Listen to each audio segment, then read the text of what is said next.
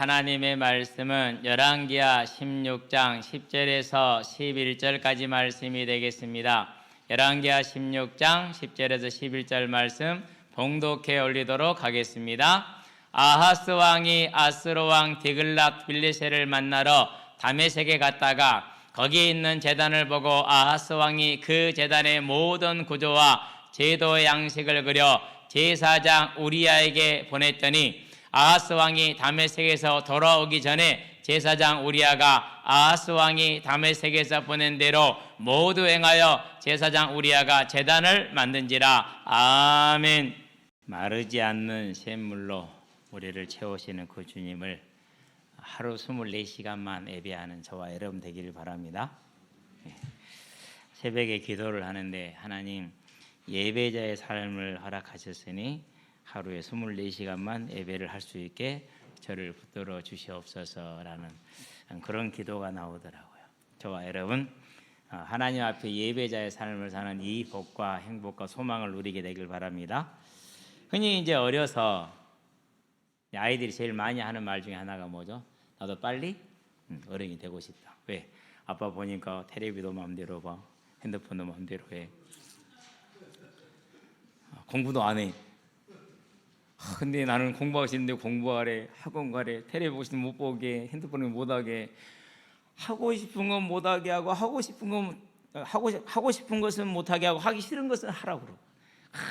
나도 빨리 어른 돼 갖고 내가 하고 싶은 거 다 하고 하기 싫은 거 안 하고 살자. 아빠처럼 공부도 안 하고 팅팅 누워서 자기도 하고 시간 나면 텔레비도 보고. 흔히 이제 이런 생각을 여기서 안 해본 사람은 거의 없잖아요, 그렇죠? 그런데 이제 커 보니까 어때죠? 커 보니까 이제 그게 아니죠. 우리가 봤던 것은 그냥 극히 일부의 모습이고, 그 등에 짊어지고 있는 그 부모의 짐을 이제 보게 되고 알게 돼서 그걸 뭐라고 그러죠? 이제 철들었다 이렇게 얘기를 하죠. 이제 대부분의 사람들은 이런 철이 들어요. 극히 일부, 끝까지 일확천금을 노리는 그런 사람들을 제외하고. 그래서 이제 막 일확천금을 노리고 복권을 막 하루에 막 한 주에 막 5만 원, 10만 원씩 사죠. 제가 아는 분이 그래요. 매주 10,000원이니까 2만 원씩 산대요. 그 돈으로 치킨 사 먹어라.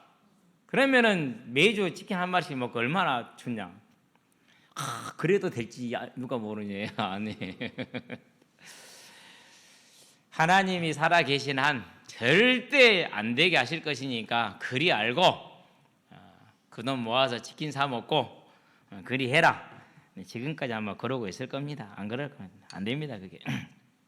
이런 이제 일부 사람들이서 대부분 어떻게 됩니까? 한두 장 사가지고 그냥 소소하게 재미있게 지내고 놀고 이제 그렇게 많은데, 인데 대부분의 이제 이런 것들은 다 철이 들어요. 육신의 철이 들어서 부모가 되면 살고 다 그러거든요. 우리가 이제 뭐 우리 청년들 여기 있지만 그렇지 않아 다 철 들잖아요, 그렇죠? 근데 이제 이 철이 안 드는 부분이 있어요. 거의 절대 안 드는 부분. 그게 뭐냐? 영적인 철은 그냥 들지가 않아요. 첫 번째, 하나님의 은혜를 입어야 들고, 두 번째, 본인이 영적인 싸움을 치열하게 해야지 익어가는 게 영적인 철이라는 것이죠. 예수님이 말씀하십니다. 뭐라고 말씀하십니까? 야, 니들이 날씨는 분별할 줄 아는데 어찌 시대적인 표적을 알지를 못하느냐. 마태복음 16장이죠. 바리새인들이 나옵니다. 서기관들이 나옵니다. 그 사회에 성공한 사람들, 신분적으로 출생적으로 성공한 사람들, 그리고 지도자들, 이런 사람들이죠. 지식인들, 이런 사람들이죠.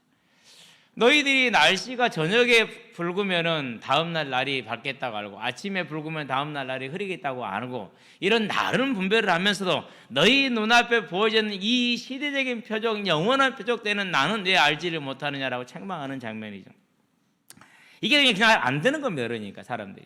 그런데 진짜 문제는 뭡니까? 이 땅의 삶은 잠시 잠깐이면 지나가는 겁니다. 그리고 뭐 거기서 거기입니다. 그런데 이 땅의 그 짧고 짧은 삶을 마치고 나면 영원한 세계가 기다리고 있다는 것이죠. 이걸 이제 사람들이 모르고, 그 준비를 모르고, 아무리 외쳐도 그게 들리지가 않고, 불신자는 이해가 됩니다. 그런데 오늘 본문은 누굽니까? 제사장입니다. 그것도 대제사장입니다. 우리는 이걸 통해서 뭘 보아야 됩니까? 왜 대제사장 우리아가 이와 같이 악한 일을 했을까요? 저는 한 가지라고 생각합니다. 모든 지식은 다 있습니다. 모르는 거 아무것도 없습니다. 우리보다 훨씬 많이 할 겁니다. 그렇게 지금 제가 후회하고 있는 히브리어도 잘하는 사람이에요. 공부 좀 할 걸. 유일하게 인생에서 후회되는 게 하나 있다면은 신학교 다닐 때 히브리어 헬라어를 열심히 공부하지 않은 거. 그때면 총 3년이면은 충분했는데 그래 열심히 안 했어요. 왜요? 뭐 하루에 거의 모든 시간을 다 현장에 쓰고 있었으니까 못했던 것이죠. 이제 저와 여러분들이 이 역사적으로 타락한 기록이 영원히 남은 제사장 우리아를 통해서 우리의 삶은 그와는 다른 동인에 의해서 이끌어지는 삶이 되게 하시길 바랍니다. 본론입니다. 소망이 이끄는 삶입니다. 다윗 이후로 유다의 거의 모든 왕들과 백성들은 믿음을 바르게 세우지를 못합니다. 왕들도 산당에, 백성들도 산당에 가서 이렇게 제사를 지냅니다. 하나님이 가장 싫어하는 것이죠. 그 중에 이제 여호람과 아하시야, 이 두 사람은 여호사밧의 아들이고 형제들이죠. 여호람이 1년 만에 죽어요. 그래서 이제 그 동생 아하시아가 이제 왕이 되죠. 이 아하시아는 이제 에후의 반란 때 죽죠. 그래서 이제 그의 어머니 아달랴가 자기 손주들을 다 죽이고 이제 왕이 되죠. 그 중에 피한 게 이제 요아스였잖아요. 이 두 왕과 같이 이 아하스 왕이 우상을 섬기는데 대단히 열심히 했어요. 대단히 열심히. 자, 그런데 대부분 왕들은 우상을 섬기고자 해도 잘 섬길 수가 없었어요. 왜 못 섬겼느냐? 두 가지 이유가 있었어요. 한 가지는 제사장들이 생명을 걸고 막았어요. 제사장들이. 아달랴가 그렇게 우상을 숭배할 때 누가 막았습니까? 그때 그 제사장들이 막았어요. 여호세바, 여호야다. 여호야다는 있고 여호세바는 아내였죠. 이제. 그런데 이 아하스 왕 때의 대제사장 우리야, 이름은 진짜 멋있어요. 여호와는 빛이시다. 여호와는 빛이요. 자기는 빛이 아니요. 여호와는 빛인데 나에게는 빛이 아니야. 나에게는 어두움이야. 가장 그러니까 틀린 삶을 사는 거죠. 이 사람이 일단은 가문 출신이 좋습니다. 민수기 25장에 보니까 이스라엘 백성이 발람의 유혹에 넘어가서 타락했죠. 그때 여호와의 진노로 많은 사람들이 죽어갈 때 목에 매달은 게 3,000명과 4,000명을 목에 매달았잖아요. 그 시간에 또 한 족장이 이 타락한 일을 할 때 비느하스가 창을 들고 가서 두 남녀를 죽이죠. 그래서 선택받은 영원한 대제사장의 가문이 비느하스 가문이 되죠. 그 가문 출신이에요. 이거 얼마나 복받은 겁니까? 명문가 출신이 없다. 그러니까 대대적으로 역사적으로 명문가 출신이에요. 그런 명문가 출신의 대제사장으로 서서 오늘 보니까 우리야 이 아하스 왕이 다메섹에 갔어요. 다메섹은 어디의 수도냐면 아람의 수도예요. 아람. 그러면은 이 아수르 왕 디글랏 빌레셀은 아수르 사람이잖아요. 아수르 수도는 어디예요? 거기는 니느웨예요. 요나가 가라고 명령을 받던 니느웨. 안 가고 다시스로 도망갔잖아요. 요나가. 그러니까 2차 원정을 나와서 아람을 정복하고 그리고 르신을 죽이고 다메섹을 딱 지금 안고서 거기서 지금 뭐하고 있는 겁니까? 나머지 지금 잔당을 처리하면서 이제 원정을 진행하는 중에 있습니다. 그러는 중에 이제 그 전에 이제 이 아하스 왕이 원조를 청해서 가서 뭐 했습니까? 이제 아람의 르신을 죽이고 사마리아를 쳤죠. 그러고 지금 이제 아람의 수도 어디예요? 다메섹에 딱 자리를 풀고 있는 겁니다. 그러니까 뭐하러 갑니까? 이제 아수르 왕이 자기를 구원했다고 착각한 아하스 왕은 실은 누가 구원한 겁니까? 이사야서 7장에 보니까 연기나는 두 부직갱이다. 걱정하지 마라. 내가 너희를 매를 때리는 것이 돌아오라는 게 멸망시킨 게 아니니까 아람과 아수르는 이스라엘은 반드시 너희를 이기지 못할 것이다. 그렇게 약속을 줬단 말이에요. 근데 그 일을 누구를 통해서 했습니까? 그 일을 아수르를 통해서 했어요. 그러니까 이제 하나님께서 그렇게 하시니까 이 영적인 눈이 어두운 아하스 왕은 와, 아수르 왕이 우리를 구원했구나라고 아수르 왕에게 이제 인사차 간 겁니다. 쉽게 말해 조공차 가는 것이죠. 가서 이제 다메섹에 가서 보니까 아수르 왕에 뭐가 보여요? 제단이 보인단 말이에요. 아수르의 제단은 이동식이에요. 고정식이 아니고 이스라엘 유다는 고정식이잖아요. 성전에 딱 그 고정이 돼 있잖아요. 그런데 아수르 제단은 이동식 제단이 있어요. 들고 다니면 할 수 있어요. 가서 이제 본 거죠. 이제 이동식 제단을 봤어요. 그 제단을 보고 이제 야, 대단하다. 이 아수르 왕을 봐라. 아수르 제국을 봐라. 이 신이 이 왕을 이렇게 강하게 한 것 아니냐. 만약에 내가 저 신을 섬기면은 저 신이 나를 강하게 할 거 아니야. 그럼 내가 이렇게 모멸되고 그런 일을 안 해도 되지 않느냐. 왕한테 인사로 이런 걸 안 해도 되지 않겠느냐라고 이제 생각을 하는 것이죠. 그러고 또 한편으로는 내가 이걸 가져다 섬기면은 아수르 왕이 우리 유다를 침범하지 않겠느냐라는 가나다란 희망, 그리고 영적인 무지로 인한 영적인 희망을 가지고 그 제단을 딱 보고 이제 본따서 전부 다 이제 그린 겁니다. 그래가지고 아수르 왕 밑에 있으면서 그 그린 것을 본국으로 보냅니다. 보내서 말하니까 제사장에게 이대로 만들어라 그럽니다. 중요한 것은 만드는 장소예요. 어디다 만들었어요? 그걸 예루살렘 성전에 만들었어요. 그럼 예루살렘 있는 성전에 제단은요? 그건 한쪽 구석에 쳐박았어요.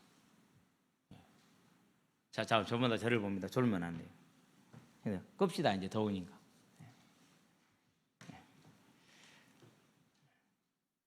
아수르 왕을 가서 보니까 왕의 제단이 있단 말이에요. 저 신이 아수르를 이렇게 강국이 되게 했구나. 그럼 우리도 이 신을 섬기자라는 그 무지를 가지고 이제 제단을 베껴서 우리아에게 보내고 대제사장이 그것을 그대로 만들었어요. 뭘 치워버리고요? 여호와의 제단을 치워버리고. 이런 이제 일을 행하죠. 이걸 보면서 우리가 뭘 볼 수 있습니까? 요아스 왕이 우상을 섬길 때 제사장 여호야다의 아들 제사장 스가랴가 왕을 막아섭니다. 우상 숭배를 못하게 하는 겁니다. 쉽게 말해서 왕이 우상의 제단에 가서 절을 하려고 그럴 때 그 제단 앞에 막아선 겁니다. 뭘 걸고 한 겁니까? 생명을 걸고 막아선 것이죠. 그래서 그걸 보고 기분이 나빠가지고 요아스 왕이 저놈 죽여라 그럽니다. 그래서 여호와의 성전에서 제사를 드리고 있는 제사장 스가랴를 사람들이 돌로 쳐서 죽였어요. 자, 스가랴 그러면 죽을 거를 모르고 갔겠습니까? 알고 갑니다. 왜 그렇습니까?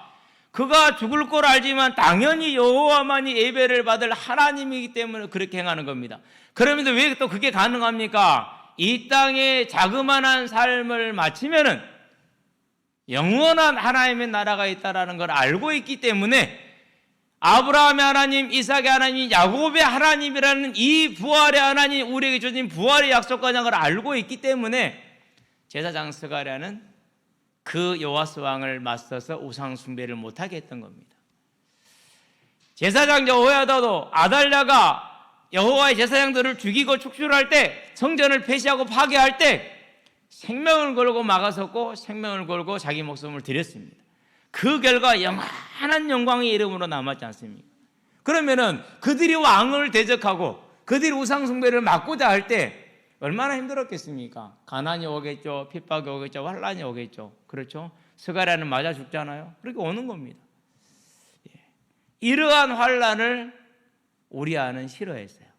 지금 내가 왕의 말을 잘 들음으로 내게 주어지는 이 따스함, 이 풍족함, 그리고 내가 왕같이 하기 때문에 그 어느 놈도 나한테 꼼짝 못하는 이 권세, 얼마나 힘이 있냐고요. 지금도 그런 사람이 많이 있는가 봐요. 저는 전혀 모르는데 얼마 전에 어떤 중이 자살을 했잖아요. 뭐 승려라고 칩시다. 승려가 자살을 했잖아요. 그래 이제 수요일날 공을 차는데 목사님이 그런 부분을 잘 하시는 목사님이 김땡땡 그놈도 극동방송 그럼 똑같은 놈이요 이러더라고요. 저는 잘 모르잖아요. 그분이 어떻게 하는지 전혀 모르니까 그런갑다. 그런 부분에 평가를 받는갑다 이렇게 생각을 했죠. 우리아가 그런 사람. 우리아가 내가 왕에게 잘 보이고 왕이 시킨 대로 해가지고 지금 내게 주어져 있는 이 풍성함과 이 안락함과 이 즐거움과 이 명예와 이 권세를 절대 잃기 싫은 거예요. 그러면 제사장 우리아가 여호와가 하나님이신 것과 우상을 하지 말라는 것과 다음에 죽는 것이 끝이 아니라 영원한 세계가 있다는 걸 모르겠습니까? 다 잘 압니다. 짐승을 잡아 죽이는 이유가 뭔지 모르겠습니까? 알고 있습니다. 짐승을 잡아 죽이는 오는 결과가 뭔지 압니까? 속죄라는 거죠. 속죄는 뭘 말할까? 구원을 말하는 거 아닙니까? 구원은 뭘 말합니까? 우리가 다시 부활하여 하나님이 영원히 만드신 그 타락하지 않는 죄가 없는 그곳에서 영원히 하나님과 함께하는 그 복락이 있다는 것을 알고 있습니다. 그 지식을 다 가지고 있어요. 그리고 왕이 보낸 그 도면만 가지고도 뭘 만들 수 있어요? 제사장 그 재단을 다 만들 수 있는 그런 똑똑한 사람이에요. 그런데 딱 거기까지요. 명문가 출신의 똑똑한 제사장, 부와 명예를 다 가진 제사장, 딱 거기까지. 그렇기 때문에 다른 제사장들은 왕의 우상 숭배를 책망하고 왕의 우상 숭배를 막습니다. 그럼에도 근데 이 우리아는 이 세상을 더 사랑했고 이 세상이나 세상에 있는 것이 그를 이끄는 삶의 동인이었기 때문에 그걸 거역한 겁니다. 그냥 여기서 끝나는 거 실은 아닙니다. 이사야서 8장 2절에 보면은 하나님이 이사야에게 말합니다. 진실한 증인 우리아와 또 한 사람, 두 사람을 부릅니다. 이 우리아는 제사장 우리아, 이 우리아예요. 지금. 그래서 이 여호와의 말씀을 전하게 하라라고 말합니다. 그런데 제사장 우리아와 요아스의 행위를 봐서 전했겠어요, 안 했겠어요? 안 했죠. 그 명령을 받았으나 이사야를 통해서 명령을 받았으나 제사장 우리아는 그것까지도 뭉개버립니다. 그리고 여호와의 성전에 우상의 제단을 만들고 그 우상 제단의 제사장이 누가 되죠? 여호와의 제사장이 아니라 우상 제단의 제사장으로 자기가 탁 되는 겁니다. 그러면 거기에서 따르는 모든 권세와 능력 그런 건 다 또 누구한테 오는 거예요? 다른 사람한테 줄 수 없지. 다 나한테 와야지. 누구한테 주면 안 되지. 그런 삶을 살았습니다. 이 세상이나 세상이 이끄는 삶을 사랑해서 살았기 때문에 그것을 위해서 살았기 때문에 이 악이 오더라도 그 악을 막지 않았고 오히려 그 악에 앞장서는 자가 돼버린 겁니다. 그래서 뭐가 남았습니까? 그 결과는 정말 끔찍한 결과가 옵니다. 에돔, 다윗 때 복속이 되어서 이스라엘과 유다의 조공을 들이던 족속이죠. 그런데 이 에돔 족속이 유다를 지 마음대로 와서 약탈을 해갑니다. 어린아이들 잡아가서 종으로 씁니다. 여자들 잡아다가 노예로 씁니다. 짐승들 다 잡아갑니다. 막을 힘이 없습니다. 블레셋, 팔레스타인 지금 이제 지금 가자지구 거기에 있는 그 블레셋 얼마든지 원하는데 고기 알았어 야 우리 거 나도 가자. 왜? 저거 가면 많아. 이스라엘 땅에 가서 잡아다가 묻습니다. 하도 힘드니까 군사가 있어도 싸우면 안 됩니다. 백성이 있어도 싸우면 안 됩니다. 신에 있을 백성도 없습니다만. 그래 또 아수르 왕한테 갑니다. 아수르 그러니까 알았어 내가 갈게. 가가지고 에돔도 치고 블레셋도 치고 유다도 치고 역대하 28장 14절 21절까지 보니까 1절부터 21절까지 그런 결과를 가지고 옵니다. 그래서 왕과 백성들에게 재앙을 불러오는 제사장, 그런 제사장이 됐어요. 이게 그에 대한 평가예요. 그런 다음에 자신은 어떻게 됩니까? 영원토록 수치를 남겼어요. 본인이 제사장 우리아가 이렇게 했다라는 거 열왕기하 16장에 역대하 28장에 기록된 걸 본인이 모르겠죠. 그러나 우리는 알고 있고 본인이 천국에서 지금 천국에 있는지 모르겠습니다만 아마 있을 겁니다. 그래서 스가랴 12장 10절에서 14절에 보니까 모든 족속이 애곡하리라 그랬어요. 언제요? 은혜를 부어줄 때. 근데 계시록 1장 7절에 보니까 그 은혜를 부어줄 때를 언제라고 말했느냐? 예수님이 다시 오실 때. 모든 족속이 애곡하리라 그랬어요. 처음에는 그 말을 읽을 때 저는 불신자들인 걸 생각을 했어요. 그러는데 주석을 보고 모든 그 계시록 해석해서 읽어보니까 많이는 아니지만은 다 대부분이 뭘 얘기를 하느냐? 스가랴 12장 말씀을 통해서 믿는 자들의 애통이래요. 그런데 가만히 곰곰이 묵상을 해보니까 맞아요. 우리는 예수의 사랑을 받은 자들이죠. 너희도 서로 사랑하라고 그랬잖아요. 사랑해요, 안 해요? 안 하죠. 모르죠, 그러는데. 그의 나라와 그를 먼저 구하라고 그러죠.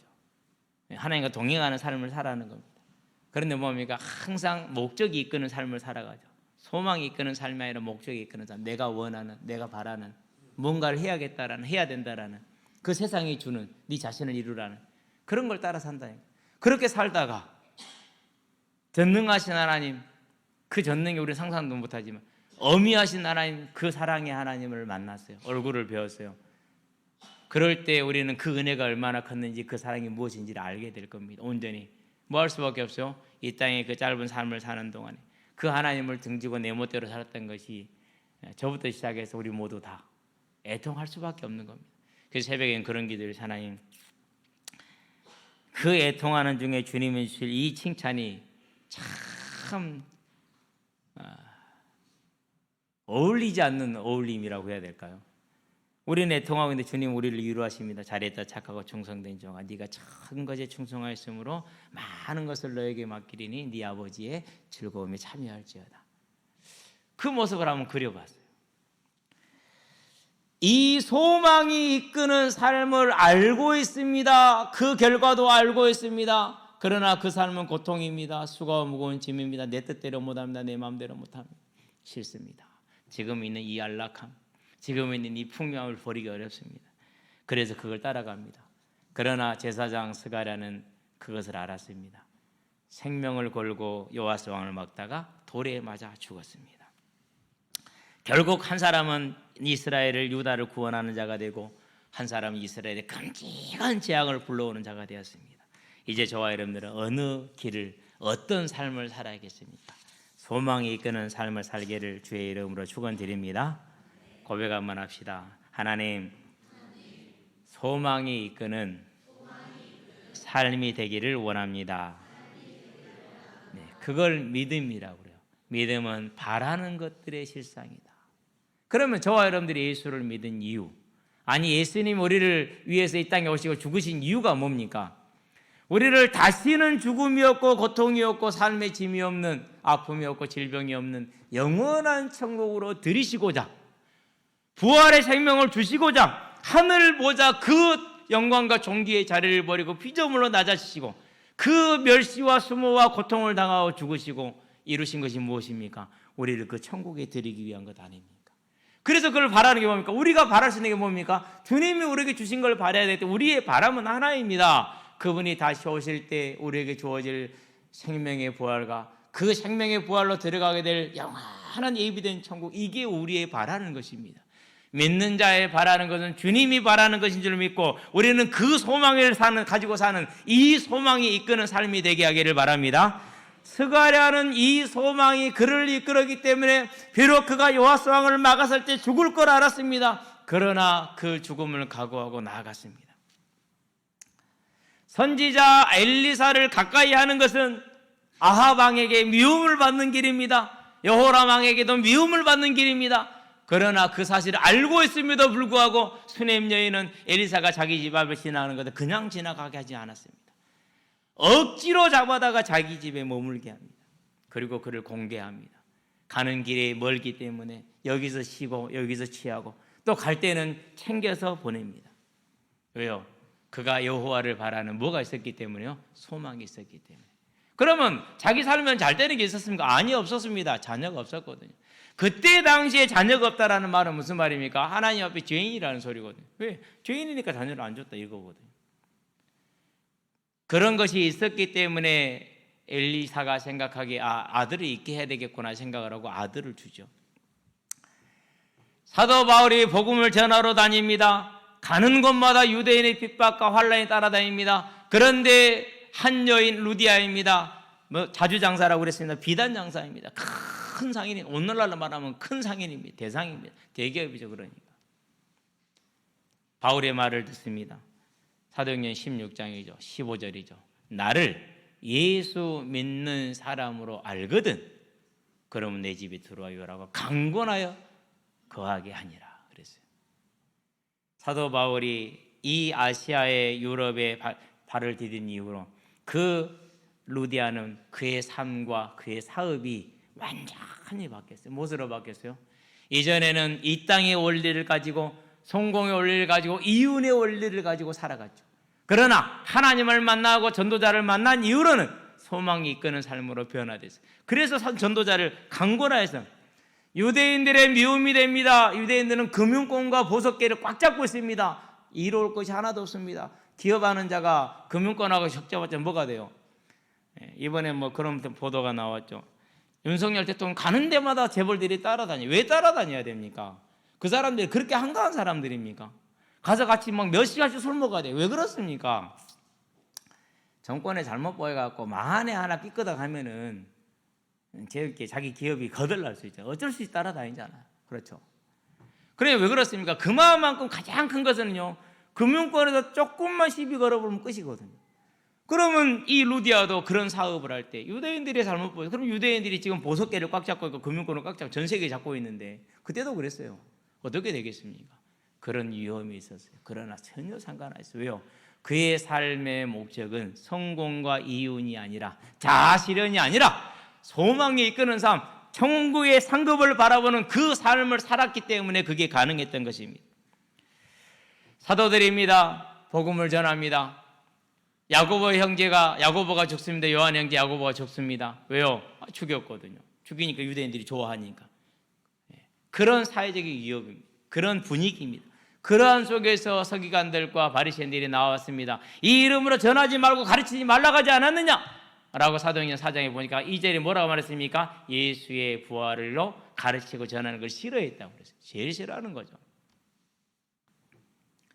그렇죠. 사도들이 뭐라고 대답합니까? 너희들이 판단해라. 우리가 사람의 말을 들이라 하나님의 말을 들이라. 우리는 보고 들은 것을 말하지 않을 수 없다. 그러고 고난을 당하는 겁니다. 왜 그렇습니까? 이 끝에 나오져 있는 뭘 바라보는 거예요? 하나님의 그 영원한 소망, 우리에게 주어진 이 소망의 나라, 천국에 주어질 그것을 바라봤기 때문에, 부활의 소망에 서 있었기 때문에 그런 환난과 고난을 마다하지 않는 길을 갔던 것입니다.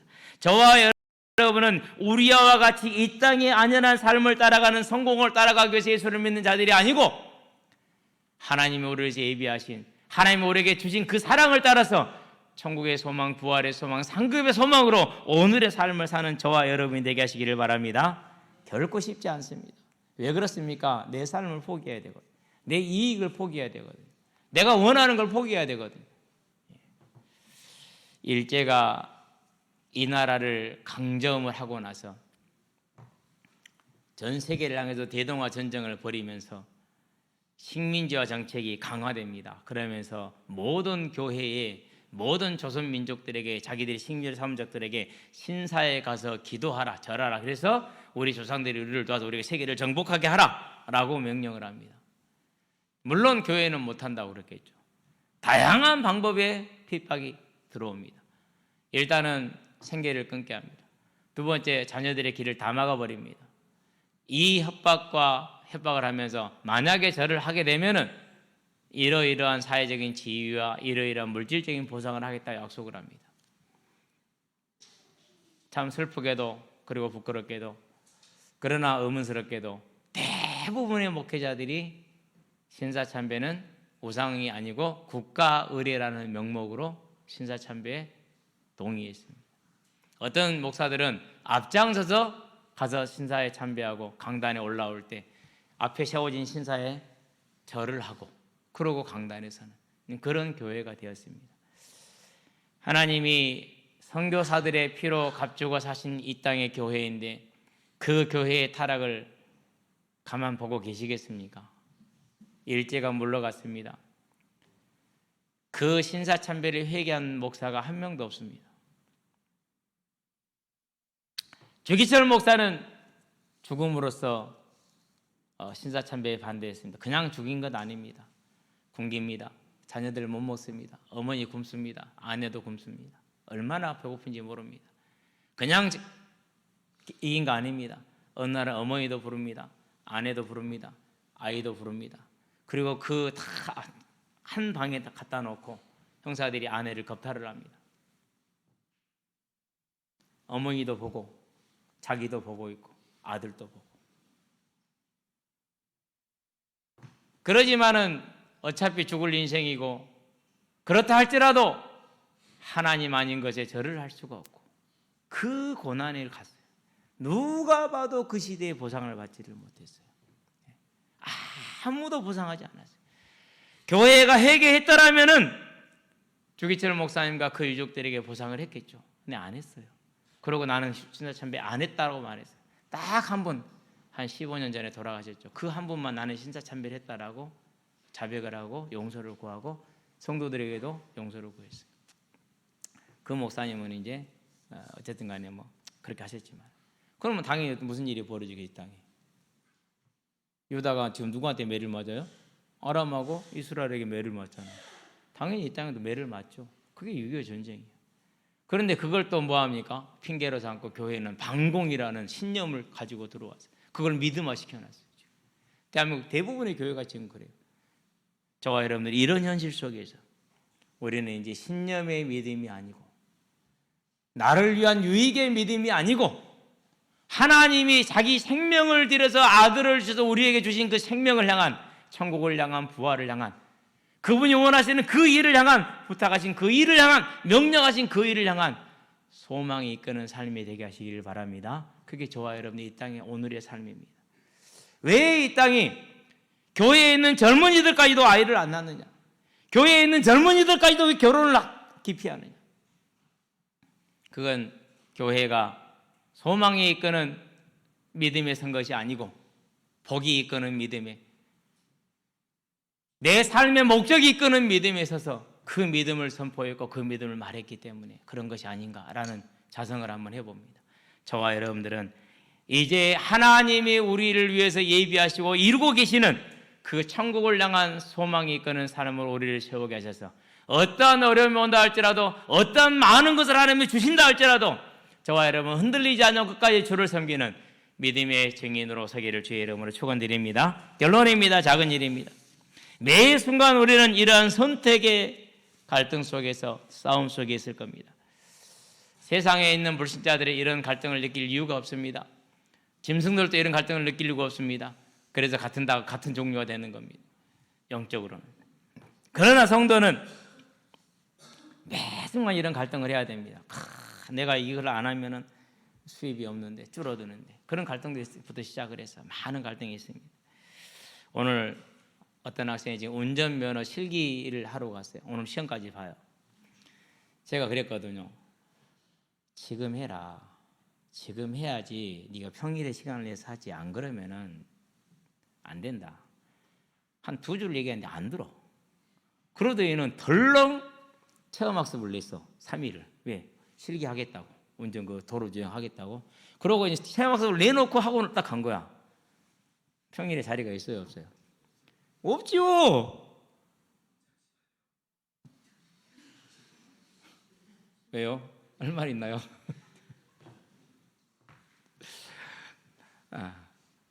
그래가지고 걸린 게 이제 토요일, 일요일이 걸린 거야. 어제도 조장훈련도 못 나왔어요.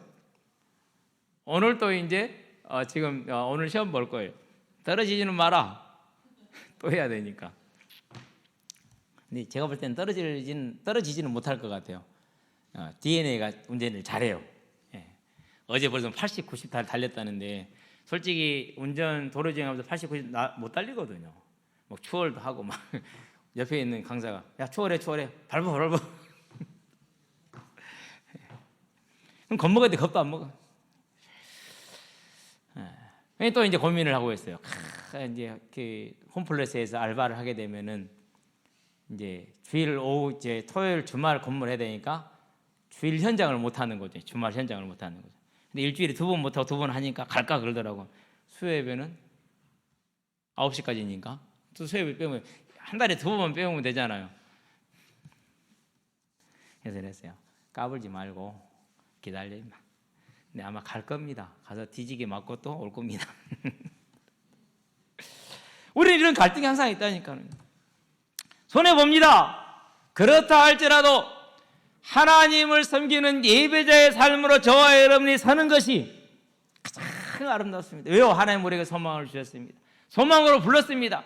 하나님이 모세에게 나타났습니다. 출애굽기 3장 6절입니다. 나는 아브라함의 하나님, 이삭의 하나님, 야곱의 하나님이다. 그건 뭘 뜻하는 겁니까? 너에게 부활이 있지 않느냐? 너는 이 소망에 있어서 두려워하지 말고 담대하게 애굽으로 나아가라는 부름인 것입니다. 모세가 알았습니까? 몰랐죠. 나중에 알죠. 겨우 알죠. 저와 여러분들은 이 하나님의 부름을 보고 이제는 우리의 믿음을 소망에 세우는 그런 믿음의 담대함으로 서기를 주의 이름으로 축원드립니다. 믿음은 바라는 것들의 실상이요 보이지 않는 것들의 증거니 선진들이 이로써 증거를 얻었느니라. 저와 여러분들 이 대열에 서시게 되길 바랍니다. 주님이 말씀하십니다. 내가 곧 길이요 진리요 생명이니. 뭘 말하는 겁니까? 내가 부활의 길이다. 내가 부활의 생명이다. 내가 부활의 진리다. 이 소개로 우리에게 다가오셨습니다. 우리를 부를 때 뭐로 부른 겁니까?